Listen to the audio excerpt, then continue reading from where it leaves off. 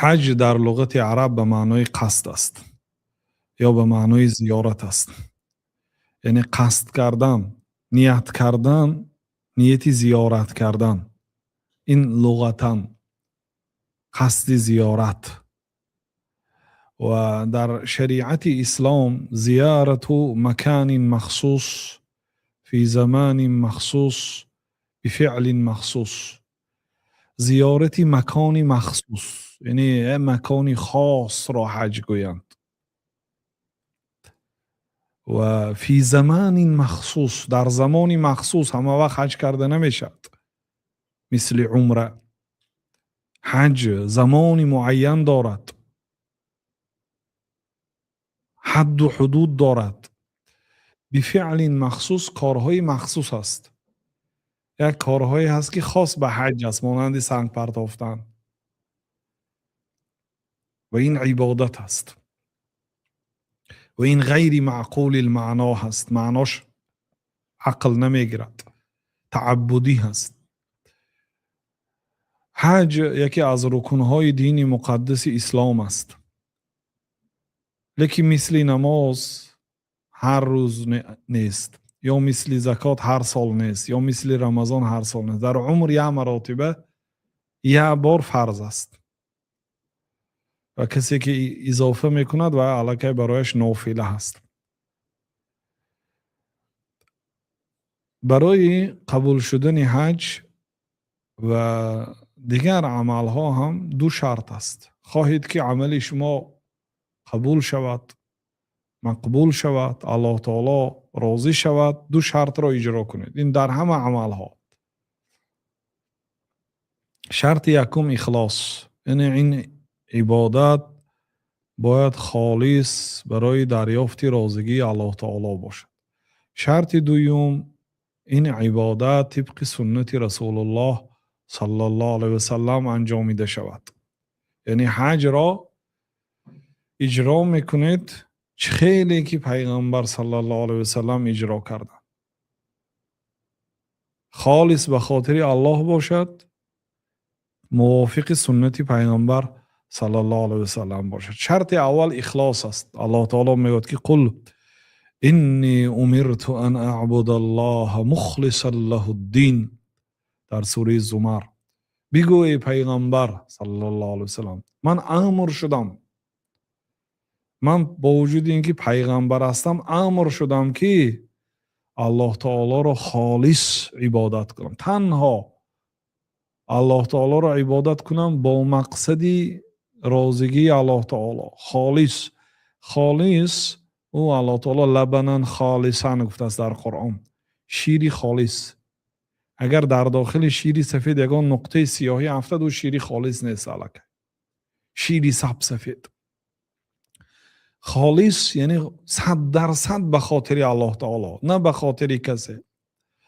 و الله تعالی هم به پیغمبری ما صلی الله علیه و سلم و هم به سایر پیغمبرها، به دیگر پیغمبرها فرمان داده است که ولقد اوحی الیک و الی الذین من قبلک لئن اشرکت لیحبطن عملک ولتکونن من الخاسرین. ای پیغمبر، ما به تو وحی دادیم و برای پیغمبرانی که از تو پیشتر پیغمبر شده بودن، برای اونها هم وحی داده بودیم که لئن اشرکت لیحبطن عملک، اگر شریک آوردی البته عملات حبطا میشد، یعنی باطل میشد، بیکار میشد. ولتکونن من الخاسرین، حتما از جمله ضرر دیدگان میشوی. ببینید این خطاب برای پیغمبری ما و برای پیشین پیغمبرها هست، بسیار تند. ای پیغمبر، اگر تو شریک بیاری، لئن اشرکت، اگر تو خالص عمل نکنی، لیحبطن عملک، عملت بیکار میشد. از اون عمل ثواب نمیگیری. 95% برای الله، 5% برای مردم باشد و فایده نمیده. اون عملت بیهوده میشد. ولا تکونن من الخاسرین، از جمله ضرر دیدگان میشی. مثلا آدم $10,000 اینا در زمان ما تقریبا همیشه میشد رسخات صرف و خراجات حج. عموم رفت و آمد و همش صرف میکند، وقتی خود را جدا میکند. یک ماه در مشقت از اونجا یگان راحت نیست، کرورت نیست. بنابراین پیامبر صلی الله علیه و سلم وقتی پرسیده شدن که علی برای زنها هم یا رسول الله آیا برای زنها جهاد هست؟ پیامبر صلی الله علیه و سلم میگه نعم علیهن جهاد لا قتال فیه، بله برای آنها جهادی هست که جنگ ندارد. الحج والعمره، حج و عمره گفتن. حج را پیامبر صلی الله علیه و سلم جهاد نامیدن. در مزدلفه در زمین قاق خواب میکنید، در عرفات عذاب میکشید، در جمرات راحت نیست. بنابراین لیحبطن عملک، عملت حبطه میشد و لتکونن من الخاسرین، از جمله ضرر دیدگان. هم به مال میسوزی، هم الله تعالی تو رو بد میبیند، هم مردم تو رو بد میبیند، چون که به خاطر مردم کرده باشی الله تعالی هم خیل میکند که اون مقصدت حاصل نمیشه. اگر کسی به خاطر مردم حج کند، به خاطر آبرو حج کند، به خاطر مناسب شدن به لقب حاجی یا فلانی پولداری محله حج رفته است ما هم نرویم نمیشد، با این مقصدها اگر کسی حج کند حجش بیهوده میشد و از این عمل ثواب نیست، ضرر هست، گناه میگیرد. بنابراین باید عبادت خالص به درگاه الله تعالی باشد.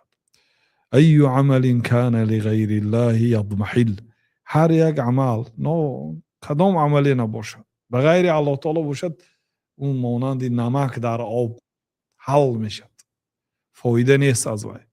بنابراین برای تمام